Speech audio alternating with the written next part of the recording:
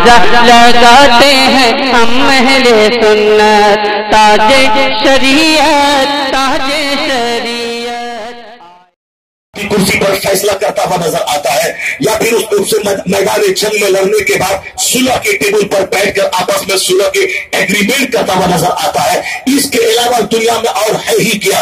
यानी आदमी जिन जिन मरहलों से गुजरता है, आदमी दुनिया में आने से पहले वह बाप की रीढ़ की हड्डी में रहता है, माँ के सीने की हड्डी में रहता है, फिर वह पानी के कतरे बाप और माँ की शर्मगाहों से निकलकर माँ की बच्चादानी में पहुंचता है, फिर उस बच्चादानी में इस इंसान के नाक और नक्शे की तामीर होती है, फिर उसी माँ की शर्मगाह से इंसान बाहर आता है। बुजुर्गों ने कहा है कि जिस इंसान को अपने चेहरे पे घमंड, अपने मकान पे घमंड, अपनी जमींदारी पे घमंड, अपनी औलाद पे घमंड हो, वह 1 मिनट के लिए तन्हाई में बैठकर अपनी पैदाइश की तारीख पे वह गौर कर ले कि जो एक कतरे शरीर से पैदा हुआ है उसे सेब नहीं देता कि वह मकान पे घमंड करे। जो कई बार बाप की शर्मगाहों और माँ के पेशाब के रास्ते से गुजर के दुनिया में आया है, उसे सेब नहीं देता कि वह गुरूर करे। जो माँ के पेट में माँ का माहवारी खून पिया है, उसे सेब नहीं देता कि वह दुनिया में आने के बाद घमंड करे। क्या मतलब? फलियंसुरिल इंसानु मिम्मा खुलिका मिन माइन दाफिक यखरुजु मिन बैनि सुल्बि वत्तराइब इन्नहु अला रज्इही लकादिर। अल्लाह कहता है आदमी को अपनी पैदाइश पे गौर करना चाहिए, वह पैदा हुआ कैसे है। अल्लाह फरमाता है वो पानी का कतरा जो बाप की रीढ़ की हड्डी और माँ के सीने की हड्डी से निकलता है, उसी कतरे से हमने तुझको पैदा किया है। सूफिया कराम कहते हैं कि अल्लाह ने हमें इस कदर अपनी पैदाइश की तरफ तवज्जो क्यों दिलाया कि एक जंप करते हुए कतरे से तू पैदा हुआ है। यह इंसान की कमजोरी है। यह इंसान जब जवान होता है तो जवानी पे इतराता है, इसको जब बेटा पैदा हो जाए तो बेटे पे घमंड करता है, बेटे को नौकरी मिल जाए तो मुंह पे घी लगाता है, जब यह मकान बना ले तो समाज में इतरा के चलता है, और यह गुरूर समाज से खुशी को छीन लेता है। इसलिए कि समाज को तबाह करने में सबसे ज्यादा घमंड का हाथ है।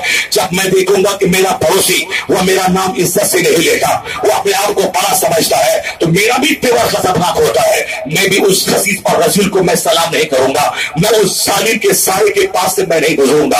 और अरबपति अपने घर में मैं मजदूर हो, मैं उनके मकान के साए में पनाह तक नहीं लूंगा। उससे क्या होगा? आपस में दुश्मनी बढ़ेगी, उस दुश्मनी से उस मखरूर का भी सुकून खत्म होगा, और उससे बदला लेने में मेरा भी सुकून खत्म होगा। तो समाज से आज जो सच्ची खुशी मिट गई, जो फितना पैदा हो रहा है, हर ग्रुप में समाज बढ़ गया और नफरत की दीवार खड़ी हो गई, एक दूसरे को बदला लेने की भावना बढ़ गई और एक दूसरे को नीचा दिखलाने का जज्बा बढ़ गया।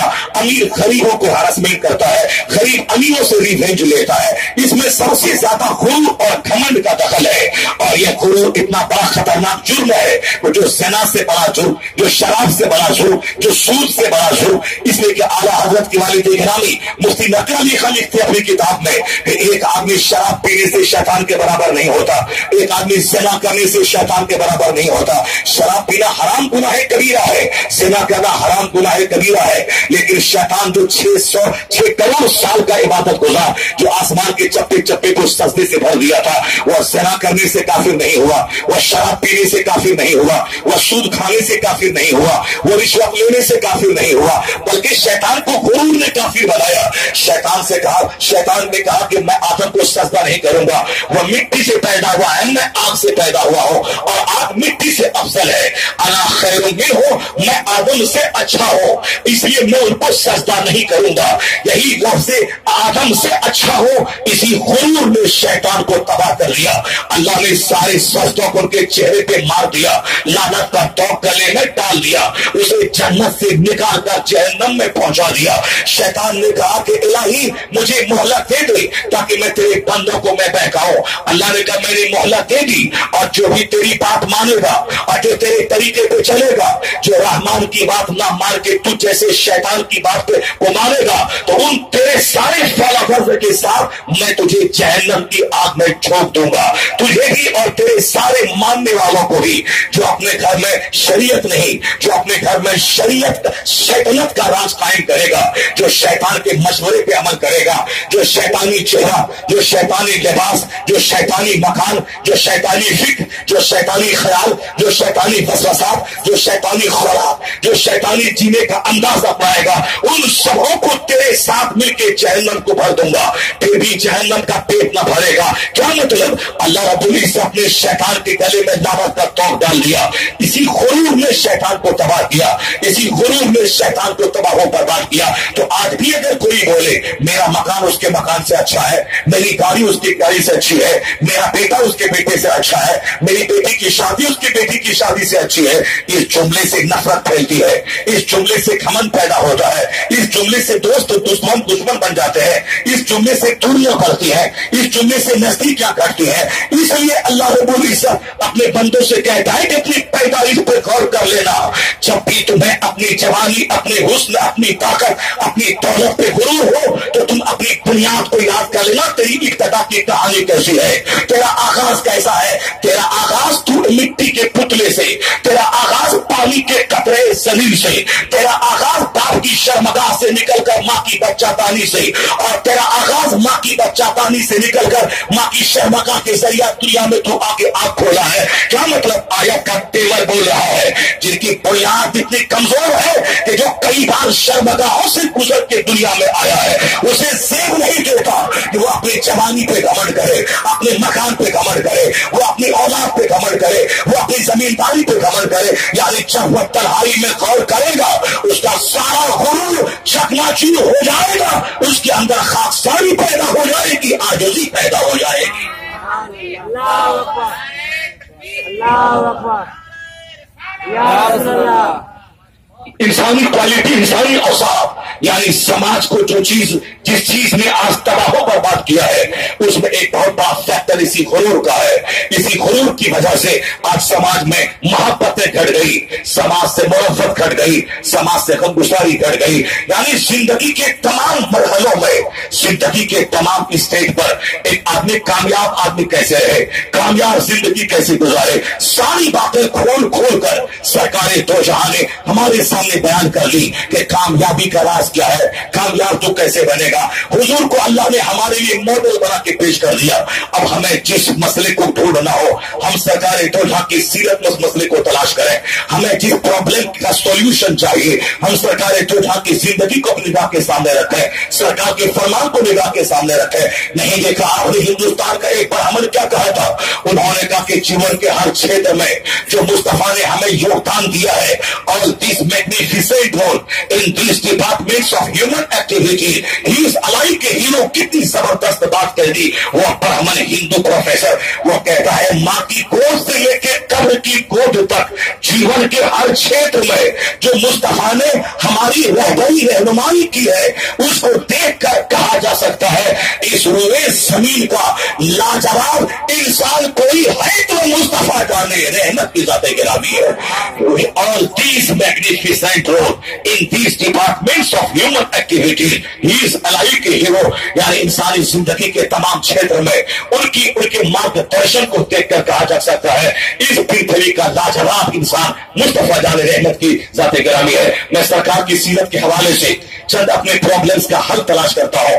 سرکار دو جہاں کی فرد کے فرمان فرامین, ان کی تعلیمات کی روشنی میں ہم اپنے مسائل اور اس مسائل کے حل کو میں تلاش کرتا ہوں. سرکار دو جہاں بحیثیت باپ, سرکار دو جہاں بحیثیت اولاد, سرکار دو جہاں بحیثیت شوہر, سرکار دو جہاں بحیثیت پڑوسی, سرکار دو جہاں بحیثیت والد, جو آپ نے اس روئے زمین کے لیے جو ایک انمول نمونہ پیش کیا ہے, اس نمونے میں 14 صدیاں گزر جانے کے بعد بھی جو ہمارے لیے رہنمائی کی جو جھلک موجود ہے, اس کو دیکھ کر ہی کہا جا سکتا, اس کو ہم اس طرح سمجھ سکتے ہیں کہ امریکہ کا وہ دانش ہے جسے ہمیں ہوائی جہاز بنانے پہ ناز ہے, جسے مائکرو فون دینے پہ ناز ہے, جسے موبائل اور کمپیوٹر دینے پہ ناز ہے, جنہوں نے اس دنیا کو ویژن بنایا ہے. یعنی اس دنیا کو دیکھنے کے بعد ایسا لگتا ہے جیسے میں خواب دیکھ رہا ہوں. جب آپ بمبئی کی کسی سڑک پہ آپ کھڑے ہو جائیں, جب 50 منزلہ مکان سامنے نظر آئے اور سامنے سے 70 منزلہ ٹاور نظر آئے, وہ سڑکیں کے 25 کاریں एक वक्त सड़कों से गुजर रही है और सड़कों के किनारे वो शानदार गार्डनिंग का इंतजाम। जब नई दिल्ली के एरिया से आप गुजरे, सरकारी बंगले, वो सड़कें, वो सड़कों के किनारे बागान, इन सबों को देखकर ऐसा लगता है कि आप किसी गली से गुजर रहे हैं, हाथ में मोबाइल है, फौरी तौर पर एक सेकंड में आपका रास्ता अमेरिका के दोस्त से हो गया, दूसरे ही लम्हे में आपका रास्ता सऊदी अरब के दोस्त से हो गया, तीसरे ही लम्हे में आपका रास्ता अपने घर, अपनी बीवी, अपने बच्चों से हो गया। सिर्फ बात ही नहीं बल्कि आपने बटन दबाया, 1 मिनट के अंदर आपकी बीवी, अपने बच्चों का चेहरा उस मोबाइल के स्क्रीन पे आ गया। अब आपको जरूरत पेश आई कि 5 महीने का सफर हम 5 घंटे में तय करें। 1 घंटे के बाद एयरपोर्ट आप नजर आए, एयरपोर्ट से 5 घंटे के अंदर साहब कई हजार किलोमीटर दूर का सफर तय करके आप मदीना शरीफ लैंड कर जाए। ऐसा लगता है कि इस दुनिया एक ख्वाब में देख रहा हूं, यानी कभी हवाई जहाज पर उड़ जाना, कभी ट्रेन पे चलना, कभी 200 की रफ्तार से कार पे चलाना, यानी दुनिया एक विजन, एक ख्वाब की सूरत में तब्दील हो गई है।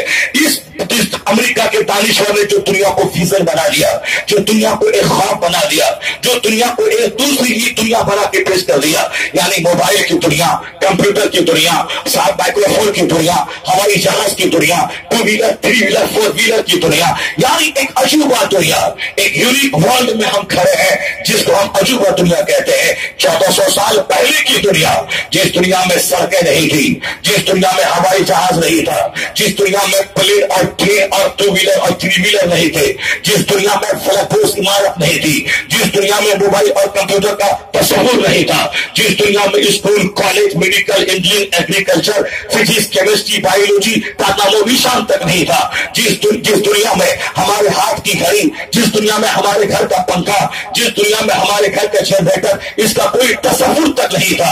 किस कदर थी वो सिंपल दुनिया, किस कदर थी वो सादी दुनिया। लोगों की सोच उस दुनिया में कैसी रही होगी और इस विजन वाली दुनिया में सोच कैसी रही होगी।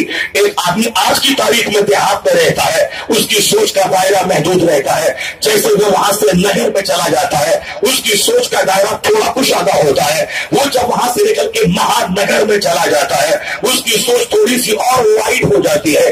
जब वह बड़े बड़े लोगों की सोहबतों में रह के उनकी बात सुनता है, उसके दिमाग की खिड़कियां खुल जाती हैं, उसके दिल का दरीचा खुल जाता है। जो देहात में हर वक्त गाली देता था, जो हर वक्त मार धाड़ की बात करता था, बच्चा गाली दिया तो 2-4 तमाचा लगाया, बच्चा रो रहा है तो 2-4 तमाचा मार दिया। बच्चे से गुस्से से बात करना, बीवी से गुस्से से बात करना, पड़ोसी से गुस्से से बात करना, यानी हर वक्त चलते रहना।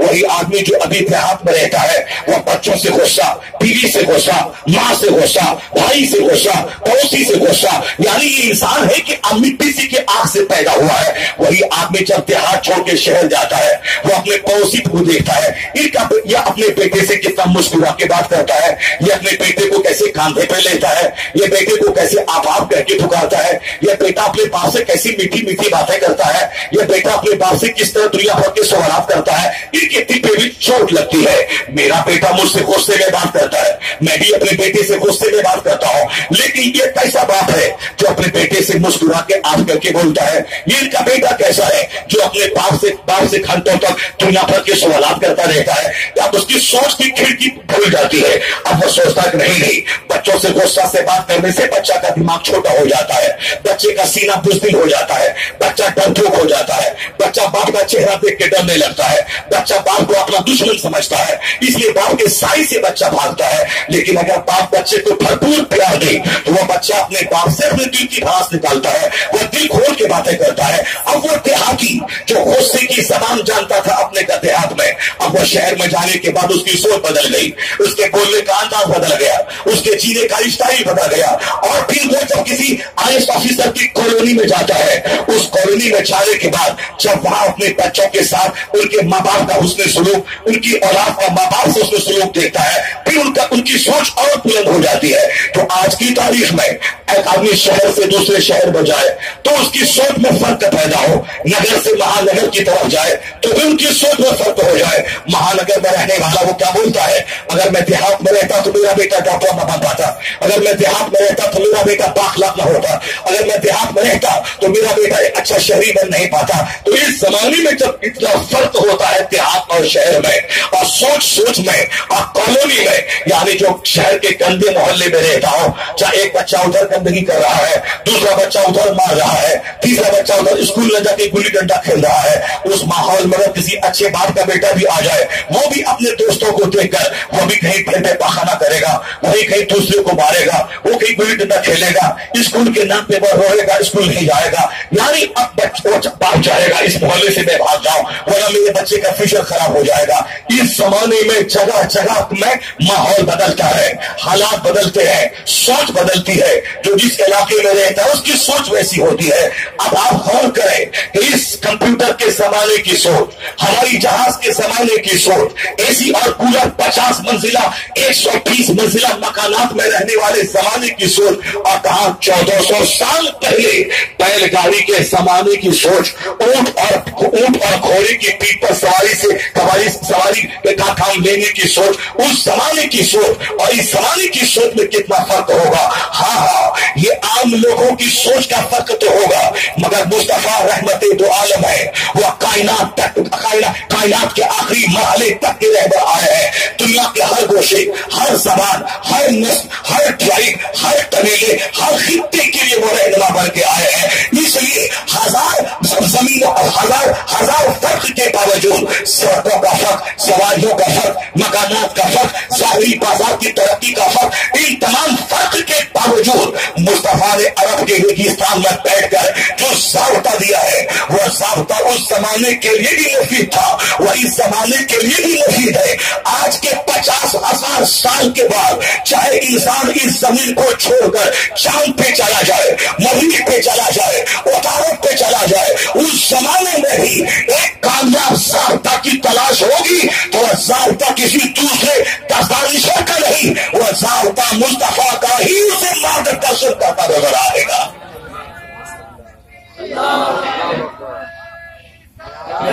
इसलिए कि सरकार तो जहां की तालीमात में वो सारी क्वालिटीज मौजूद है कि चाहे दुनिया हजार डेवलपमेंट करती रहे, तरक्की की सारी सरहदों को पार करके दुनिया तरक्की की आखिरी चोटी पे फाइज हो जाए, उस जमाने में भी कामयाबी के लिए वो जो फार्मूला दरकार है, वो फार्मूला 1400 साल पहले मुस्तफा के आस्ताने से दुनिया को मिलता नजर आएगा। उसकी एक छोटी सी मिसाल मैं देता हूं, फिर मैं अपने टॉपिक को मैं टच करता हूं ताकि मेरी बात और मजबूत और पुख्ता हो जाए, ताकि मेरे बच्चे जो स्कूल कॉलेज में पढ़ते हैं वो भी इस बात को अच्छी तरह से जान ले। मैं कहना चाहता हूं, अभी देखिए, अभी आज से 10 दिन पहले एक रेप का केस हुआ था हिंदुस्तान। आज से कई महीना पहले एक रेप का केस हुआ जिसका पता कई महीने के बाद चला। यानी जम्मू के एक देहात में एक मंदिर में एक भोली भाली लड़की के साथ लोगों ने रेप किया, फिर उसकी हत्या कर दी, वो कत्ल हो गया। पूरे हिंदुस्तान के 125 करोड़ हिंदुस्तानी दुखी हो गए। क्या हिंदू, क्या मुसलमान, सारे लोग दुखी हुए। चंद शरीर किस्म के लोग जिन्होंने हिंदू धर्म को बदनाम किया, जिन्होंने अपने मंदिर के की प्रथा को बदनाम किया, जिन्होंने हिंदुस्तान के लोगों के सामने हिंदुइज्म को सलील और रुस्वा कर दिया, जिन्होंने अपने पंडितों और अपने धर्म गुरुओं सबों के चेहरे को बेनकाब कर दिया। मंदिर में क्या होता है, गुरुद्वारा में क्या होता है, गिरजा में क्या होता है, और पंजाब के टेरा में क्या होता है, आशाराम के आश्रम में क्या होता है। एक तरफ तो आशाराम ने हिंदुस्तान को नीचा किया, एक तरफ पंजाब का गुरु साहब राम रहीम उसने हिंदुस्तान के सर को नीचा किया। अभी तो हिंदुस्तान दुखी था ही, और दूसरी तरफ एक ऐसा मामला वारदात सामने हुआ कि एक मंदिर में एक मुसलमान की बेटी को बंधक बनाकर उसके साथ रेप किया। किस तरह कोई भागवत जी हो या कोई दूसरा प्रवीण टोबरिया हो, ये कैसे इस्लाम के खिलाफ बोलता है, या कैसे अपने आप को पढ़ा चढ़ा के अपने संस्कृति को साफ सुथरा करके पेश करता है, जिनका आशाराम और बुद्धनी से लेके उस मंदिर का पुजारी तक जिनका तक बलात्कार और रेप के केस की कीचड़ में फंसा हुआ हो, वो कैसे अपने आप को अच्छा साबित करता है। और एक सुथरे साफ सुथरे कलमा पढ़ने वाले मुसलमान जिनके हाथ और पांव, जिनकी नीति, जिनकी तहरीक से आसपास के पड़ोसी चाहे काफी करोड़ है, वो भी अमन अमान में रहे। और इस तहरीक को के खिलाफ वो एक मुहिम छेड़े हुआ है, इस्लाम मिटा देंगे, इस्लाम भगा देंगे। मैं कहता ये चेहरा है तुम्हारा, तुमने अपने धर्म की इबादत गाहों में एक दूसरी कौम की बेटी के साथ रेप करके कत्ल को अंजाम दिया। और ये हमारा चेहरा है कि आज से 400-500 साल पहले हिंदुस्तान हिंदुस्तान की राजधानी दिल्ली में एक तहज्जुद गुजार, नमाज पंजगाना का पाबंद और एक हाफिज कुरान हाकिम था। वो हाकिम का नाम औरंगजेब है, जो 50 साल 6 महीने तक वो भारत का शासक रहा था।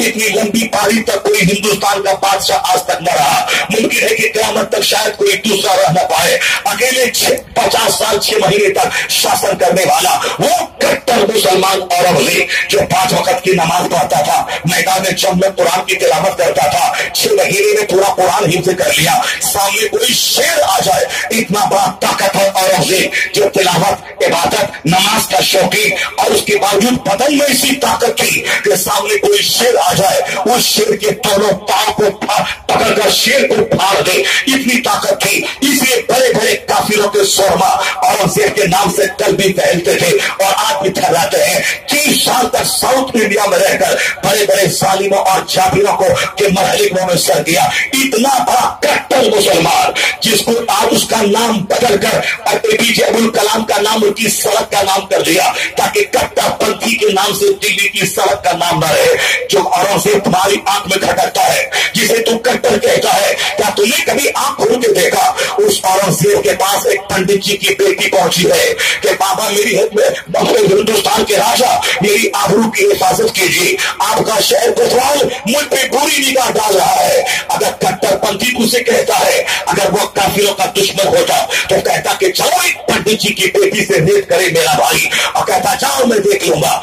मगर वो नमाजी औरंगजेब, तहज्जुद गुजार औरंगजेब का जाओ बेटी मैं तेरी हिफाजत को आ रहा हूँ। हिंदुस्तान के दिल्ली का बादशाह हवाई जहाज से नहीं, हेलीकॉप्टर से नहीं, और बल्कि कटीली संगलाख राहों से घोड़े की पीठ पर बैठकर मुसीबतें झेलकर कई दिन के बाद वह बनारस गंगा के किनारे वो आया है। एक तरफ उस शहर कोतवाल की पता लगाया, जो उस पंडित की बेटी पे बुरी निगाह डाला था, उसको डोली पे सजा के अपने घर में लाने के लिए उसके बाप से कहा था। तो औरंगजेब ने उस शहर कोतवाल को बुलवाया, वहां देखा कि ये मुसलमान है, ये मुजरिम है, इन्होंने जुर्म किया है, ये रियाया का मुहाफिज, रियाया का संरक्षक, रियाया का रक्षक, रियाया का प्रोटेक्टर बन के आया है। अब जो जिसका प्रोटेक्टर हो, अब उसके मातहत में चाहे हिंदू रहे या मुसलमान, चाहे काफिर है या मोमिन, जो जिस्या देकर जिनके हुकूमत में रहता हो, उसका खून, उसका माल, सबकी हिफाजत हाकिम इस्लाम की जिम्मेदारी होती है। उस शहर कोतवाल को हाथी के पांव में बंधवाया,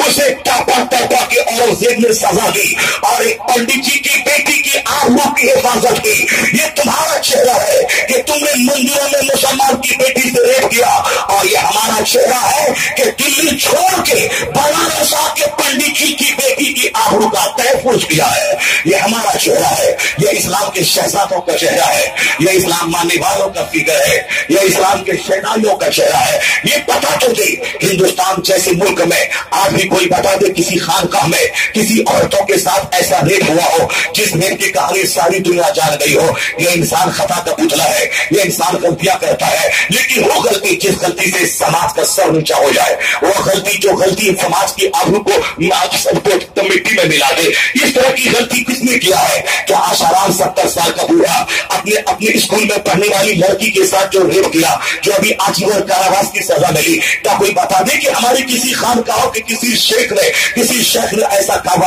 ऐसे कारनामे को अंजाम दिया हो? 70 साल का बूढ़ा होकर किसी 18 साल की बेटी के साथ रेप किया हो? वह गुरमीत सिंह जैसा आदमी जो अपने डेरे में आने वाली, धर्म सीखने वाली औरतों के साथ हर रात नई औरत को बदलता हो, इस्लाम को गाली देने वाला, इस्लाम के खिलाफ तहरीक छेड़ने वाला, वो अपना दामन गंदगी की कीचड़ में गर्दन तक फंसा है। वह इस्लाम के मुसलमानों के सुरक्षित चेहरे पे वो क्या धूल झोंकना चाहेगा? मैं तुमसे कहना चाहता हूँ, जो पदामली की कीचड़ में धंसा है, जो पदामली की कीचड़ में धंसा है, ये तुम्हें मिटाने की बात करता है, ये तुम्हें हिंदुस्तान से भगाने की बात करता है। तो जब ये भगाने की बात करे, ऐसा तो मुमकिन होगा नहीं, लेकिन तुम भी कसम खा ले कि जो हमारी तहजीब पे हमला कर रहा है, मैं उसकी तहजीब को थूक दूंगा। जो हमारे कल्चर पे हमला कर रहा है, मैं उसके कल्चर को थूक दूंगा। वो सोनू निगम जो बंबई का तुम्हारी आसार के खिलाफ बात बोलता है, क्या तुम उसका गाना अपने कान में एयरफोन लगा के तू सुनेगा? वह फिल्म का जोकर जो नमाज और तलाक के सलासा के खिलाफ बोलता है, क्या तू उसकी तरह साइड कर बाल रखेगा? क्या तू उसकी तरह तू स्ट्रेट पैंट पहनेगा? क्या उस फिल्मी कल्चर को अपने घर में लाएगा जो तेरे खिलाफ बयान देता है? क्या उसको अपने घर में टीवी पे उसका भाड़ा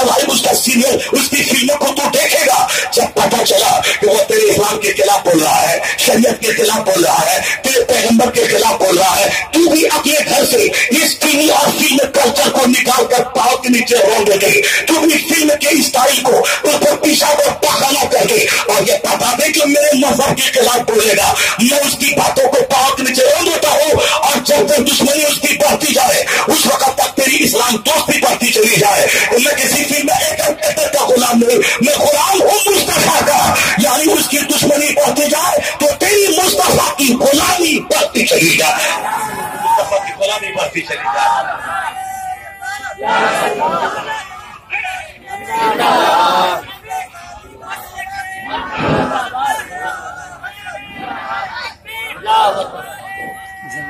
یعنی اور کوئی دوسری قیامت کا آئے گی, وہ تو قیامت کبریٰ ہے جو قیامت اپنے وقت پہ آئے گی. لیکن مسلمانوں پر تباہی کی جو قیامت آج آئی ہے کہ ایک لچا لفندہ میرے خلاف بولتا ہے, میری شریعت کے خلاف بولتا ہے, ہماری تہذیب کے خلاف بولتا ہے. ان لچی لفنگوں کی بات تم سنتا ہے اور گٹکا کھا کے منہ کو تھوک سے بھر لیتا ہے, جو تمہارے خلاف اپنی گٹکا کی آمدنی کو اسلام مٹانے کے لیے استعمال کر رہا ہو. تو تم قسم کھا لے کہ جب تک میں زندہ ہوں گا گٹکا نہیں کھاؤں گا, تاکہ اس گٹکے کی آمدنی سے مسجد کو نہ مٹائے, مدرسے کی مٹانے کے لیے وہ استعمال کرے گا. وہ امریکہ وہ ان کا یہودی جس کا جو اسلام مٹانے پہ حوالہ تلا ہوا ہے, تو بھی قسم کھا لے کہ میں امریکی پروڈکٹ کا میں استعمال نہیں کروں گا, ورنہ پیسہ میرا ہوگا اور وہ مجھے ہی مٹانے کے لیے اس کا استعمال کرے گا. اب کوئی دوسرا وقت نہیں آئے گا, یہ وقت یہی ہے. تو لباس محمدی پہن, اپنے گھر میں کاروبار محمدی کر, اپنے گھر میں شریعت پر عمل کر. دیکھا تو شریعت کے تحفظ کا نعرہ لگ رہا ہے کہ شریعت ہم بچائیں گے, شریعت ہم بچائیں گے.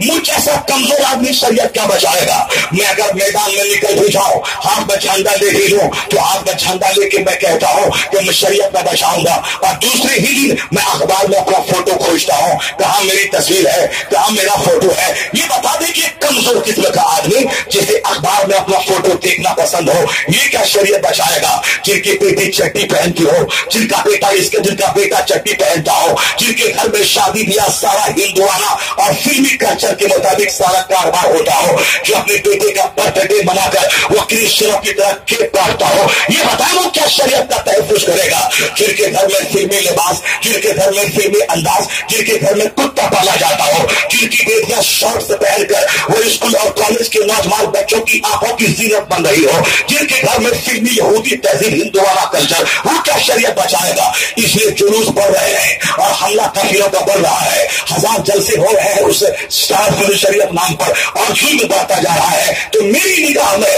شریعت کے تحفظ کا یہ طریقہ پاک میں ہے کہ میں جلوس نکالوں اور نعرہ لگاؤں اور میں جلسہ کروں. پہلا طریقہ یہی ہے, جب پتا چلے کسی نے مصطفیٰ کی شریعت پہ حملہ کیا ہے, کسی نے مصطفیٰ کے قانون پہ حملہ کیا ہے, تو ایک پہلا طریقہ ہے, سب سے پہلے وضو کر کے میں 2 رکعت نماز پڑھ کے اپنی آنکھوں کو آنسوں سے تر کر کے اپنے رب کریم کی بارگاہ میں بھیک مانگو, الہی میرے گھر میں شریعت ہے کہاں, اس شریعت کے تحفظ کے لیے میں میدان میں آؤں. میں کھاتا پیتا ہوں فلمی انداز میں, میرے بچے کپڑا پہنتے ہیں فلمی انداز میں, گھر میں عقیقہ ختنہ شادی بیاہ ولیمہ وہ سب فلمی انداز میں. شریعت گھر میں ہے کہاں جس کے بچانے کے لیے میں میدان میں آ جاؤں؟ الہی جب شریعت پہ حملے کی بات کافروں کی زبان سے آئی ہے, اب میں قسم کھاتا ہوں میرے گھر میں شادی ہوگی شریعت کے مطابق, عقیقہ ہوگا شریعت کے مطابق, ختنہ ہوگا شریعت کے مطابق, میری بیٹیوں کا لباس ہوگا شریعت کے مطابق, میرے بیٹے کا لباس ہوگا شریعت کے مطابق.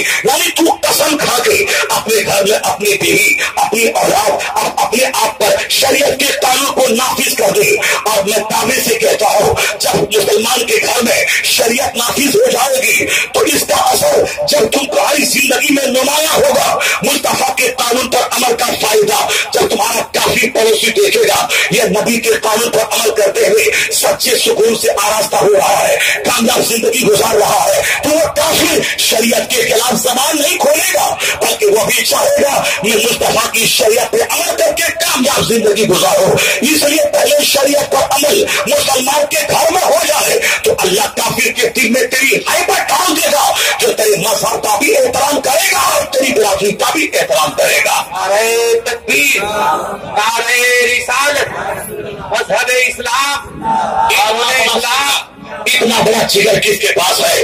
वो अपने घर से यहूदी कल्चर का खात्मा कर दे, वो अपने घर से फिल्मी स्टाइल का जनाजा निकाल दे, वो अपने घर से तमाम हिंदुआना सोच की बुनियाद उखाड़ के फेंक दे, इस्लामी सोच, इस्लामी कल्चर, इस्लामी तहसीब को अपने घर में नाफिज कर दे। उसके लिए जिगर और गुर्दा चाहिए। कमजोर किस्म का आदमी, जब सब लोग ऐसे ही जीते हैं तो मैं क्या करूं, सब लोग ऐसे ही रहते हैं तो मैं भी रहता हूं, ये कमजोर किस्म के लोगों की बोली है। मगर जो सच्चा मुस्तफा का वफादार गुलाम होगा वह कमजोर किस्म के लोगों को ना देखेगा, वह दूसरों की खुशी तलाश नहीं करेगा। मेरा पड़ोसी क्या बोलता है, मेरी औलाद क्या बोलती है, मेरे लोग क्या बोलते हैं कि शादी हो रही कि मैयत निकल रही है, जब बाजा न बजे तो कोई शादी है क्या, डीजे न बजे वो कोई शादी है क्या, ये बारात जा रही है आ रही है या कोई मैयत जा रही है। तुम मत सुन के तेरी बीवी क्या कहती है, तेरा भाई क्या बोलता है, तेरे पड़ोसी क्या बोलते हैं। इन पड़ोसी की खुशी तलाश करने वाला ये आज पड़ोसी अच्छा कहेगा और कल वही पड़ोसी तुम्हारी शिकायत और गिबत करेगा, तुम्हारी इज्जत को खराब करेगा। जो अल्लाह को नाराज करके बाल बच्चों की खुशी तलाश करेगा जिंदगी में खुशी का मुंह कभी नहीं देखेगा। जो दूसरों को नाराज करे, अपने अल्लाह अपने रसूल को राजी करे, अल्लाह उनके दुश्मनों के दिल में भी उसकी मोहब्बत अदा कर देगा, उसकी मोहब्बत पैदा कर देगा। ये है फार्मूला इस्लाम का। मैं कहना चाहता हूँ वह दूसरे कमजोर किस्म के लोग जो कहते हैं मैं देश बचाऊंगा, जो कहते हैं मैं दीन बचाऊंगा, जो दीन बचाओ और देश बचाओ रैली करता है, जो हजारों लाखों कलमा पढ़ने वाले को जमा कर लेता है और ये हजारों लाखों सर को दिखला के जो असेंबली की सीट का सौदा कर लेता है, यह भीड़ हमारे साथ है। और जो असेंबली का की सीट लेता है, जो मुसलमानों की अकीदत का इस्तेमाल गलत इस्तेमाल करता है, मुसलमान की गिनती, मुसलमान के सरों की तादाद, मुसलमानों की मौजूदगी, मुसलमानों के घनों हिस्से, मुसलमानों की शरीयत के प्रति मोहब्बत का वो अपनी तौर पर इस्तेमाल करता है। हुकूमत हिंद से वो उसके बदले में सीट लेता है, हुकूमत हिंद से इलेक्शन लड़ने के लिए वो एमपी की सीट अपने बेटे के लिए तय करता है। मेरा बेटा यहाँ से इलेक्शन लड़ेगा और मेरा चपरासी और मेरा पीए यहाँ से वो इलेक्शन लड़ेगा। मैं कहता हूँ अभी इनका चेहरा तू नहीं पहचान पाएगा जो मजहब का लिबासा ओढ़कर वो सियासत की दुकान चमकाता हो। जिस तरह कोई इंसानी लाशों पे सियासत की दुकान चमकाता है, उससे ये कम है क्या जो हमारी अकीदत की लाशों पे अब मुसाफ सियासत की दुकान चमकाता है। जब ये पर्दा फाश हो गया है, अभी तो बोलेगा ये दीन का काम कर रहा है, अभी बोलेगा दीन का काम कर रहा है। नहीं ये दीन के लोग बोल रहे हैं जो दीन का नाम लेकर वो अपनी सियासी दुकान चमकाते हैं। अब तुम्हें ये बोलना पड़ेगा कि ये तुम्हारा चेहरा है जो तुमने दीन बचाओ का नारा देकर तुमने सियासत की दुकान चमकाई है। और जिस बरेली को तू कबर पैदा कहता है, जिसे तू मुशरिक कहता है, उस बरेली का चेहरा देख ले। आज से कई साल पहले हिंदुस्तान का प्रधानमंत्री नरसिम्हा राव वह बरेली की गली में आया था, कई घंटे तक खड़ा होकर इंतजार करता रहा कि मैं ताजुल शरिया से मुलाकात कर लूं, मैं उनका चेहरा देख लूं। हिंदुस्तान का प्रधानमंत्री हमारे रहनुमाओं की गली में आया है, मगर ताजुल शरिया वो अपना चेहरा उनको नहीं दिखलाया, उनका चेहरा नहीं देखा। ये है हमारा चेहरा कि प्रधानमंत्री भी गली में आए उससे मिलना मैं करारा नहीं करता। और ये है तुम्हारा चेहरा कि तू दीन के नाम पे शरीयत का सौदा करता है। और ये हमारा चेहरा है प्रधानमंत्री से नाराजगी का मुजाहरा करके शरीयत का तहफ़्फ़ुज़ का गराना कर रहा है।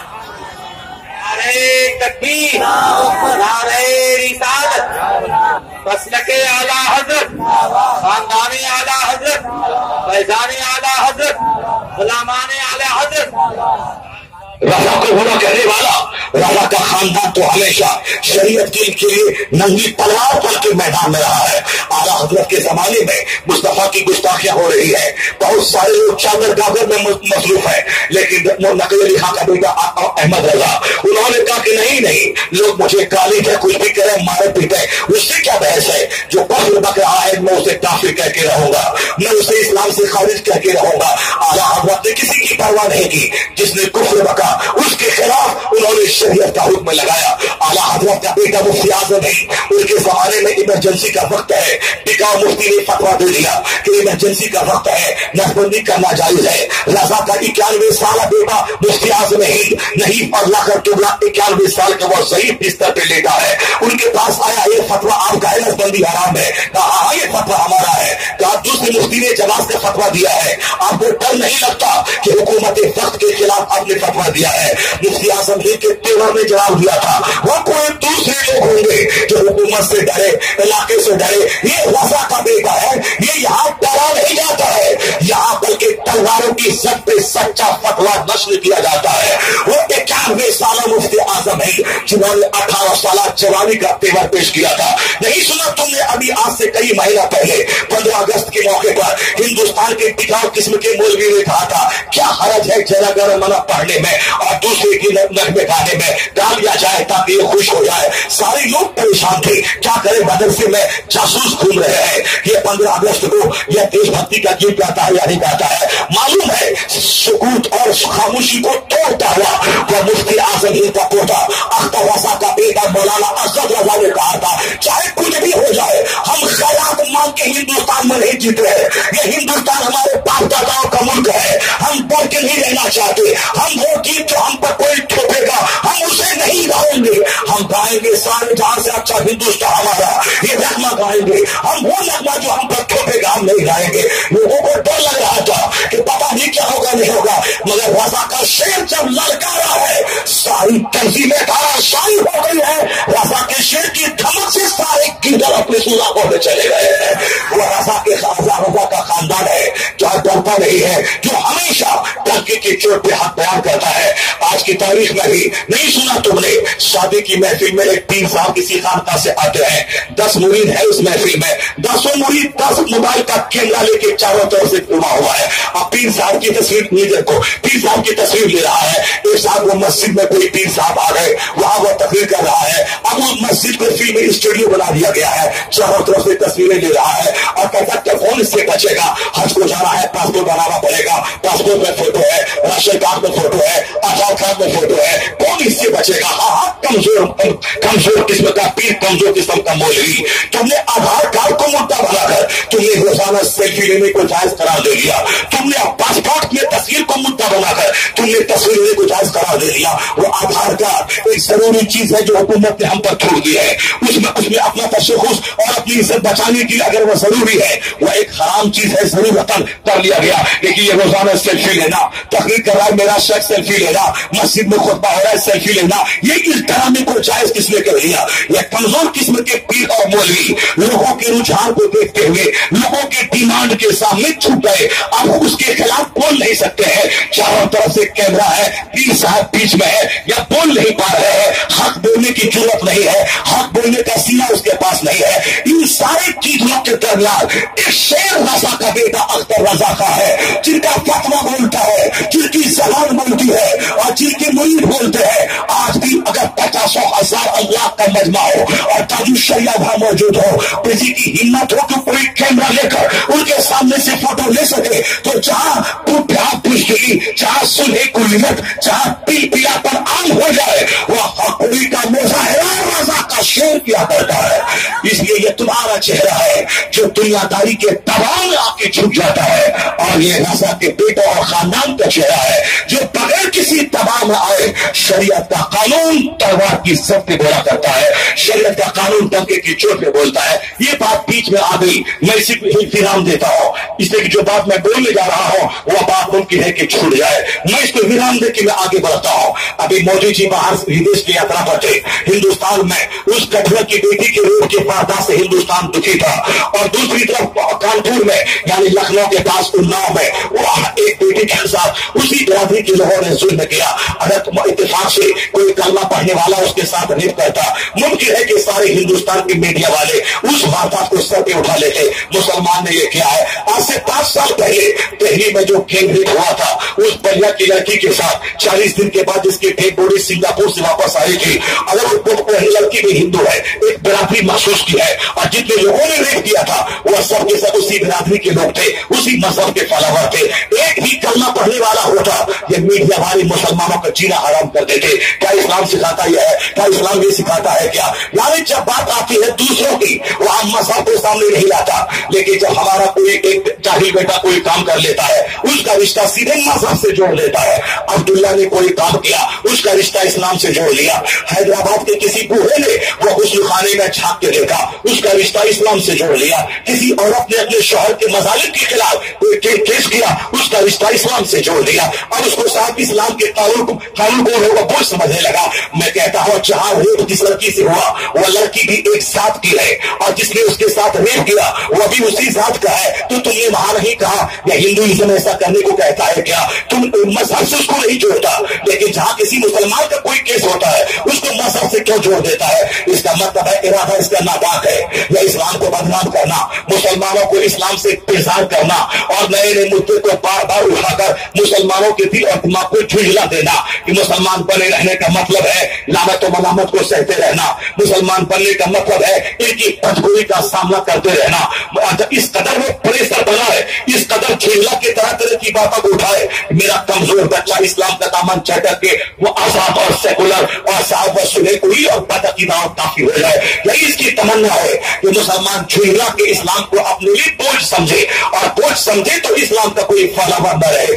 जब इस्लाम का स्टाउंच फॉलोवर न रहेगा तो फिर जमीन हमारी होगी। मुसलमान अगर रहेंगे भी वह कमजोर किस्म के लोग, इसी रस्सी में 5 गप जिधर चाहे हम घुमाते हैं, यह हमारे से मुकाबला करने वाला, यह जज्बे जिहाद जब तक सलामत है तब तक मेरी आंख में आंख डाल के बात करेगा। और जिस दिन यह बुज़दिल हो जाएगा तो उसको मैं जो कहूंगा ये गाना गाओ तो वो गाएगा, ये दाढ़ी मुंडाओ तो मुंडाएगा, उसको बोलो ये तंग मांगो वो मानेगा। यानी इसे बुज़दिल बना दो, इसे इस्लाम के ताल्लुक से कंफ्यूजन इसके दिमाग में पैदा कर दो। इसलिए मीडिया वाला जब जहां कोई बात आती मुसलमानों की उसको सीधा इस्लाम से जोड़ देता है, और जब बात दूसरों की आती है उसको हिंदुइज्म से नहीं जोड़ता। लेकिन आपको मानना चाहिए ये बोले ना बोले मैं कुदरत का कानून है जो सर चढ़ के बोलता है। अभी प्रधानमंत्री जी बाहर थे, जब वहां से लौट के वो आए हैं तो अभी 5 दिन पहले अपने डेरा पे उन्होंने एक मीटिंग बुलाई, अपने वज़रा को बुलाया। उस मीटिंग में जो तबसरा हुआ था उसकी रिपोर्ट अखबार में आई,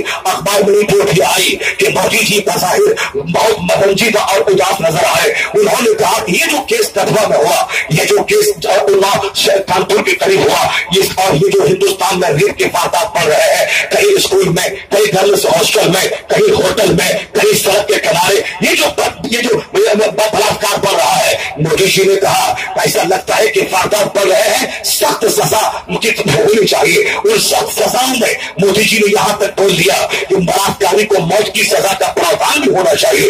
यानी जब सजा सख्त होगी जुर्म कम हो जाएगा। तो कमजोर सजा है 7 साल की सजा, छेड़खानी की सजा 7 साल की सजा, 5 साल की सजा, ये कमजोर सजा है। बलात्कारी को मौत की सजा होनी चाहिए। मोदी जी की जबान से जब ये जुमला निकला, मीडिया वालों ने इसको शायद दिया कि प्रधानमंत्री ने आपस में मशवरा किया कि ऐसा होना चाहिए। आज से 18 साल पहले अडवाणी जी ने भी कहा था यह रेप के वारदात हिंदुस्तान में बढ़ रहे हैं, इसको रोकने के लिए एक सूरत है, वह सूरत ही कि सजा सख्त कर दिया जाए और रेप में जो मुलविस पाया जाए उसको मौत की सजा दे दी जाए। मैं कहना चाहता अपने बच्चों से कि जनाकार को मौत की सजा देना, ये आज से चंद साल पहले यह लोग कहते थे कि इस्लाम में जो मौत की सजा है ये सजा जुर्म है, ये जबर है, ये मानवता के लिए ये अत्याचार है। यानी एक आदमी को चौराहे पे खड़ा करके उसे पत्थर मार के मार देना, हेलाक कर देना, ये बलात्कारी की सजा है। इस्लाम में सजा है कि जो कुंवारा ज़िना करे उसे 100 कोड़े मारे जाए, जो शादीशुदा ज़िना करे उसे बीच चौराहे पे खड़ा करके इतना पत्थर मारा जाए, वह हेलाक हो जाए, मर जाए। यानी ये संसार रज्म करना, इस कानून का मजाक बहुत हिंदुस्तान के लोगों ने उड़ाया। ये कैसा कानून जंगली कानून है कि बीच चौराहे पे खड़ा करके गड्ढा खोद के उसमें डाल के उस पर पत्थर मार मार के हेलाक कर देना, ये जुल्म और जबर से भरी सजा है। उन्होंने इसे जंगली कानून कहा था। जिसने सजाए मौत को जंगली कानून कहा था वह इस्लाम की रूह को नहीं समझा था। इस्लाम ने मर्द और औरत के ताल्लुक से जो ज़ाब्ता दिया है कि मर्द अलग जिन्स है, औरत अलग जिन्स है, मर्द की जिम्मेदारी अलग, औरत की जिम्मेदारी अलग, मर्द का कानून अलग, औरत का कानून अलग। मर्द मर्द है, मर्द के सिर में नामो नफका है, मर्द के सिर में महर की रकम है, मर्द के सिर में बीवी की परवरिश है, क्योंकि मर्द को अल्लाह औरतों के मुकाबले में दूनी ताकत देता है। मर्द 12-12 घंटे पसीने में डूबकर वह ईंट ढोएगा, वह हल चलाएगा, वह मजदूरी करेगा। इसलिए औरतें कमजोर है, वह घर में रहेंगी, वह रानी बन के रहेगी। मर्द खेत खलिहान में काम करेगा। तो मर्द के सिर में महर की रकम इस्लाम ने डाल दिया, मर्द के सिर में औरत के नाम नफ्ता को उसके सिर में डाल दिया कि मर्द कमाएगा, औरत की जरूरत की तकमील करेगा और औरत घर को जन्नत बनाएगी। शौहर जब दुखी बाहर से आए मुस्कुरा के मिलेगी, शौहर के 8 घंटे का सारा गम कबूल हो जाएगा। मर्द औरत की गोद से ही पैदा हुआ है। सारे अंबिया कराम वो अपनी माँ की गोद से पैदा हुए, सारे औलिया साहिन अगवास अख्ताब अब्दाल सारे मर्द वो अपनी माँ की गोद से पैदा हुए हैं। इसलिए वो माँ का भी एहतराम है कि औरत अगर ना हो, औरत से औलाद का सिलसिला ना हो, तो फिर ये इंसान कहां से आएगा, ये भाषण देने वाला कहां से पैदा होगा, ये प्रधानमंत्री कहां से पैदा होगा, ये गौस कुतुब अवतार कहां से पैदा होंगे। इसलिए औरतों के साथ साथ तनासुल का सिलसिला है कि बच्चे पैदा होते रहेंगे। मर्द बाहर कमाएगा, औरतें बच्चा पैदा करेगी और उस घर को जन्नत बनाएगी। बीवी अपने मर्द को मुस्कुरा के देख के उसके गम को काबू करेगी। औरतों की जिम्मेदारी अलग है, मर्दों की जिम्मेदारी अलग है। या दोनों एक गाड़ी के छकड़े का बैल नहीं है कि वह दोनों चाहे एक दिन ये काम करे एक दिन वो काम करे, एक साल ये बच्चा दे और दूसरे साल वो बच्चा दे, एक महीना इसको माहवारी हो रहा है दूसरे महीना उसको माहवारी हो रहा है। ऐसा नहीं होता है। चाहे हिंदुस्तान की प्रधानमंत्री इंदिरा गांधी क्यों ना हो, माहवारी खून उसे ही आएगा। वही बच्चा पैदा करेगी राजीव गांधी, वही बच्चा पैदा करेगी संजय गांधी। यानी औरत बच्चा पैदा करेगी, औरत बच्चा पैदा करेगी, औरत शौहर के घर की हिफाजत करेगी। और शौहर कभी दिल्ली जाएगा, शौहर कभी अमेरिका जाएगा, शौहर कभी सऊदी अरब जाएगा, शौहर कभी पंजाब और दिल्ली जाएगा। ये घर तो उजड़ जाएगा अगर उसकी बीवी खैर मर्दों को अपने घर में बोला है। इसलिए औरत उस घर की ऐसी रखवाली है कि शौहर की खैर मौजूदगी में उनकी आबरू की हिफाजत करती है, उनके बाल बच्चों को सुरक्षा देती है, उनके माल को भी सुरक्षा देती है। औरतों की जिम्मेदारी अलग है, मर्दों की जिम्मेदारी अलग है। लेकिन जब से लोगों ने औरतों को मर्दों का लिबास पहना दिया कि मर्द की तरह औरत भी जीन्स पहनेगी, मर्द की तरह औरत भी टी शर्ट पहनेगी, मर्द की तरह औरत भी बाल कटा के नंगे सर घूमेगी, ये तो इन पागलों ने ये तरीका तो निकाल लिया। मगर मैं कहना चाहता हूँ, एक काली कलर की औरत क्या वह जीन्स और टी शर्ट पहनने से वो गोरी हो जाएगी क्या? एक पागल किस्म की औरत वह जीन्स और टी शर्ट पहनने के बाद वो अकलमंद इंदिरा गांधी बन जाएगी क्या? क्या मतलब औरतों को जीन्स पहनाने के बाद ये कौन सी तरक्की हो गई? इसे पकड़ लो, अच्छी तरह से थाम लो, कभी भी गुमराह नहीं हो।